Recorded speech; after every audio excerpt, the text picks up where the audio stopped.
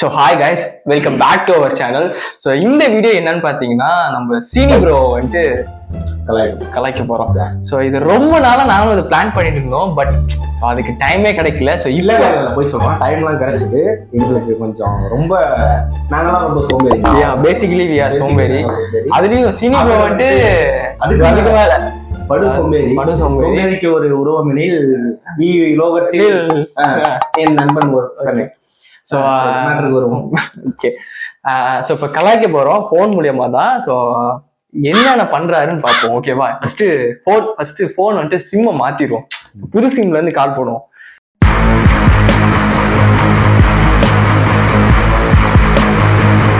A few minutes later. Sim போட்டாச்சு, phone பண்ணி பார்ப்போம். எடுக்கிறாங்க பார்க்கலாம். ஃபஸ்ட்டு எடுக்கிறாங்க பார்ப்போம். தலைவன் நேரம் தூங்குற டைம் ஆச்சு. எடுப்பார். அவர் என்ன கடலை தானே. ஹலோ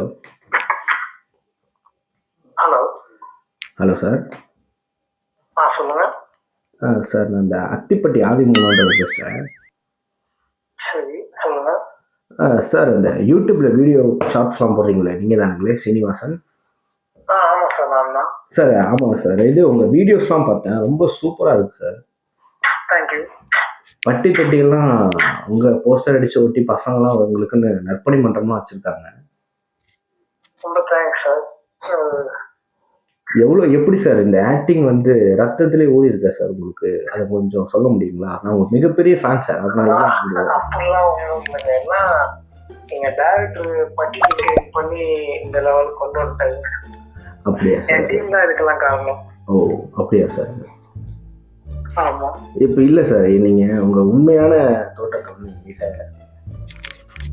தோட்டத்தை எங்கள்கிட்ட ஷேர் பண்ணிக்க முடியுமா சார்? உண்மையான புரியல, என்ன மாதிரி கேட்குறீங்க? இல்லை உங்களுக்கு எப்படி ஆக்டிங் வந்தது? எவ்வளோ ஒரு சீன் நீங்கள் வந்தால் கூட அது எப்படி சார், அது ஷார்ட்ஸ் வந்து அப்படி பற்றிக்குது சார், ஃபோனெல்லாம் ஹீட் ஆகுது சார். எப்படி சார் அது? என் ஃபோன் அப்படி குத்திக்குதுங்க இந்த ஒன்று. அது ஏதாவது ரொம்ப நேரம் யூஸ் பண்ணியிருப்பீங்க, அதனால ஃபோட்டோ இருக்குங்க. இல்லை சார், அப்படி இல்லை சார். அது வந்து நான் வந்து நார்மலாக தான் சார்ஜ் போட்டு எடுத்துகிட்டு உங்கள் ஷார்ட்ஸ் ஓப்பன் பண்ணோன்னு டக்குன்னு உங்கள் ஃபேஸை பார்த்தோன்னே எனக்கு அப்படியே வேலை கீழே சார்ஜ் போட்டு எடுத்துன்னு சொன்னீங்க பார்த்தீங்களா? சார்ஜ் போட்டாலே சூடாக இருக்குங்க. நீங்கள் அதெல்லாம் போயிட்டு என்ன சொல்ல சொன்னீங்கன்னா ஒரு மாதிரி கூச்சமாக இருக்குங்க. இல்லை சார், நீங்கள் அப்படிலாம் சொல்லலாமா சார்?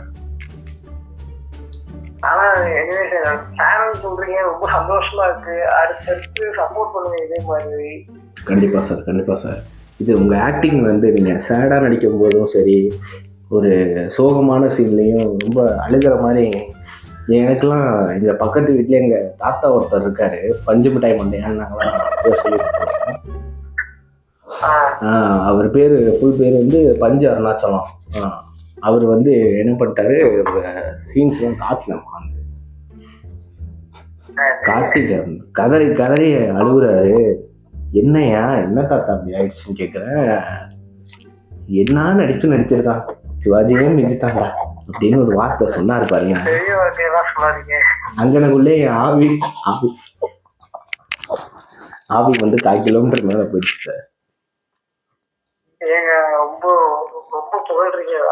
இல்லை சார், நான் உண்மையை சொல்லி தானே ஆகணும். எவ்வளோ பெரிய ஒரு நடிகரை வந்து இந்த தமிழகம் வந்து இன்னமும் ஒரு அடிமட்டத்திலே வச்சுக்கிட்டு பிகினிங்லேயே வச்சுக்கிட்டு இருக்குன்னா அது எவ்வளோ பெரிய இது தெரியுமா சார்? சார் கேட்குதுங்களா?